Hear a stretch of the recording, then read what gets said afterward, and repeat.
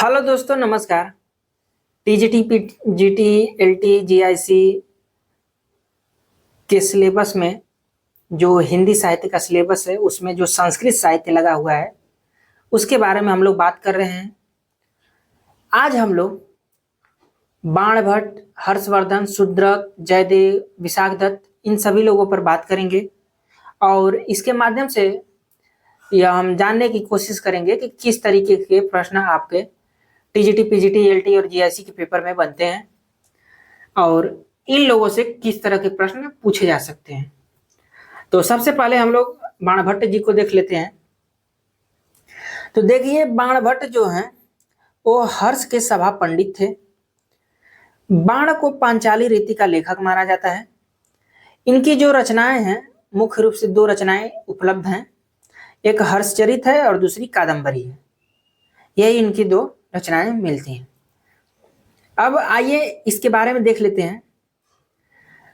तो देखिए, हर्षचरित यह एक महाकवि बाण की पहली रचना है। इसमें 8 उच्छ्वास हैं।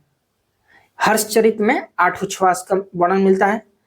प्रथम उच्छ्वास में हर्ष ने अपने वंश का परिचय दिया है, यानी कि हर्ष के वंश का परिचय किसमें मिलता है? तो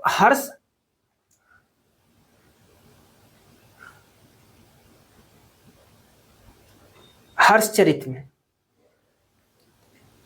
आगे के 6 उच्छ्वासों में हर्ष के पूर्वज का वर्णन करते हुए हर्ष के जन्म से लेकर राज्यश्री के मिलने तक का वर्णन करते हैं। हर्षचरित महाकवि बाण की प्रथम और अपूर्ण कृति है। ये प्रश्न कई परीक्षाओं में बनते हैं कि कौन सी रचना अपूर्ण है। तो अपूर्ण रचनाओं को आप लोग एक जगह कलेक्ट करके जरूर लिखें।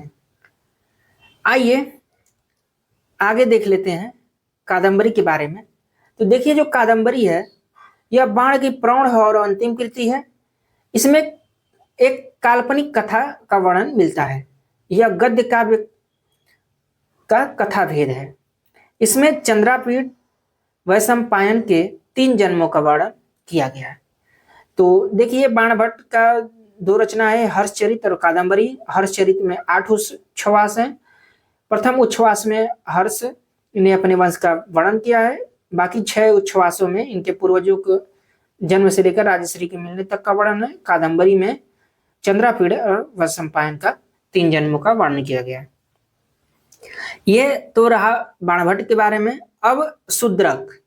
तो देखिए, शूद्रक से जो प्रश्न बनता है वो यही बनता है कि शूद्रक का वास्तविक नाम सिमुक या सिमुक था। शूद्रक वैदर्भी रीति का कवि है। इनकी जो कृति है वो मृच्छकटिकम है। ये प्रश्न बनता है कि मृच्छकटिकम किसने लिखा है? तो शूद्रक ने।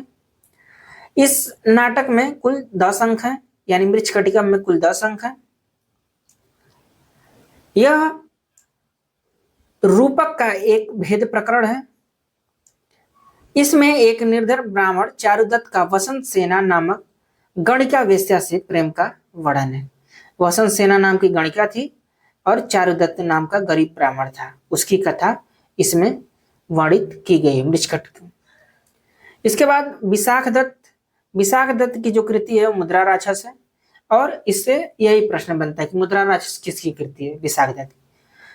इसके बाद हम लोग हर्षवर्धन के बारे में देख लेते हैं। तो हर्षवर्धन के 3 नाटक मिलते हैं और ये बहुत ही फेमस नाटक हैं, जो कि प्रियदर्शिका, रत्नावली, नागानंद।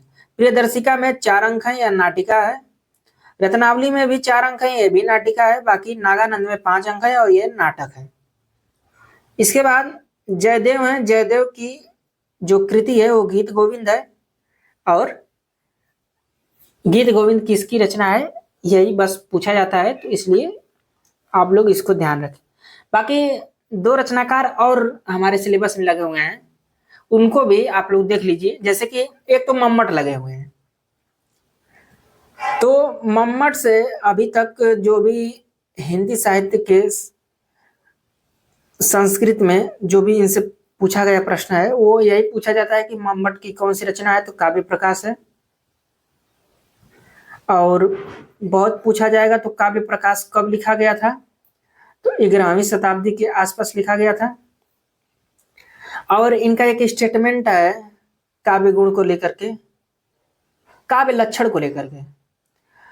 तद 200 शब्दार्थों सगुणा वर्णलंकृति पुनः क्वापि, यही स्टेटमेंट बार बार पूछा जाता है कि तद 200 शब्दार्थों, ये सब किसका स्टेटमेंट है, 4 ऑप्शन दे करके पूछ लिया जाता है। तो ये आपके मम्मट का स्टेटमेंट है। और एक रचनाकार हमारे लगे हुए हैं विश्वनाथ जी। तो विश्वनाथ से ज्यादातर ये पूछा जाता है कि इनका समय पीरियड क्या रहा है, तो 14वीं सदी है। बाकी इनकी रचना क्या है, तो साहित्य दर्पण है,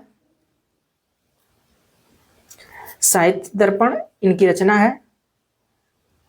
और इनसे एक प्रश्न और बनता है कि वाक्यम रसात्मकम काव्यम किसका स्टेटमेंट है।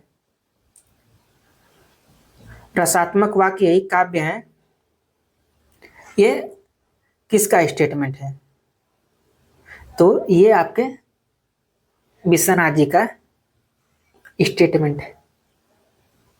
बाकी इनसे कोई और प्रश्न नहीं बनता है। तो हम उम्मीद करते हैं कि आपको विश्वनाथ, मम्मट, जयदेव, उसके बाद हर्ष, विशाख दत्त, शूद्रक और बाणभट्ट के बारे में कुछ महत्वपूर्ण जानकारी मिली होगी। बाकी यहाँ तक देखने के लिए आप लोगों का बहुत धन्यवाद। यदि इसके पहले कि आप लोगों ने प्रश्नोत्तरी नहीं देखी है तो नीचे डिस्क्रिप्शन बॉक्स में लिंक है, वहां से जा करके आप मेरी प्रश्नोत्तरी को देख सकते हैं और किस तरीके से आपके संस्कृत साहित्य के प्रश्न बनते हैं। टीजीटी पीजीटी हिंदी के लिए LTGIC में भी यही सिलेबस है, उन सब के बारे में भी जान सकते हैं। यहाँ तक देखने के लिए आप लोगों को बहुत धन्यवाद। हम लोग फिर मिलेंगे नए वीडियो में नए टॉपिक के साथ। नमस्कार।